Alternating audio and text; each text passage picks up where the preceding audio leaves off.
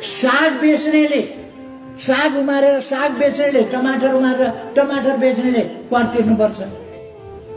सामाजिक सञ्जालबाट अरबौं कमाउनेले ट्याक्स तिर्न पर्ने। हाम्रो न्याय यही हो, हाम्रो राष्ट्रको स्वाभिमान यही हो। यो हुन सक्दैन। त्यसकारण स्वाभिमान नभएकाहरूले भड्काउने कुरा गरे। यो राष्ट्रिय स्वाभिमान हुनुपर्छ। दर्ता हुन्थ्यो, यस्तै तत्त्वहरूले भाँडेर दर्ता नभएको उचालेर। नत्र कुन व्यवसायिक संस्थाले कुन देशमा गएर दर्ता गर्दिन भन्छ, कर तिर्दिन भन्छ, तिम्रो कानुन मान्दिन भन्छ, तिम्रो संविधान मान्दिन भन्छ, तिम्रो देश मान्दिन भन्छ? कसले भन्छ? कसैले भन्दैन। तर यही भित्रबाट उचाल्यो, त्यसलाई पनि माध्यम बनाउन खोज्यो। त्यसर्थ यो सबै एउटा अफवाह।